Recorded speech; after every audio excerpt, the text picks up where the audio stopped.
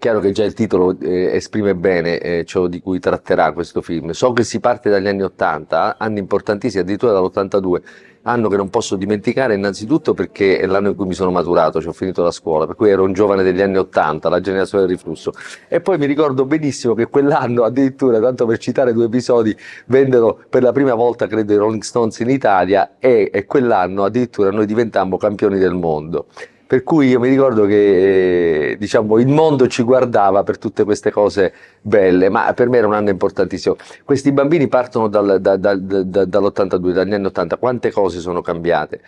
È chiaro che già dal titolo si capisce che ciò che conta è il senso di appartenenza. Io ho fatto sempre mie le parole di Paolo Borsellino quando diceva io odiavo Palermo e la volevo, per questo volevo cambiarla, perché si ama soltanto ciò che si vuole cambiare. Ora è chiaro che noi prendiamo sempre il riferimento del grande giudice per tutte le grandi idee, ma in questo caso mi sembrano veramente diciamo, molto appropriate per il discorso che affronta il film, cioè restare o andare via. Credo che il significato profondo sia quello di rimanere attaccato ai luoghi, legato ai luoghi in cui si è nati, che purtroppo a volte dobbiamo tradire mettendo una distanza per motivi di lavoro, per motivi di famiglia, per qualsiasi motivo è ragionevole,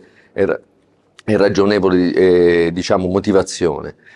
Però io credo che addirittura a volte quando si è costretti ad andare via il senso di appartenenza rimanga ancora più grande.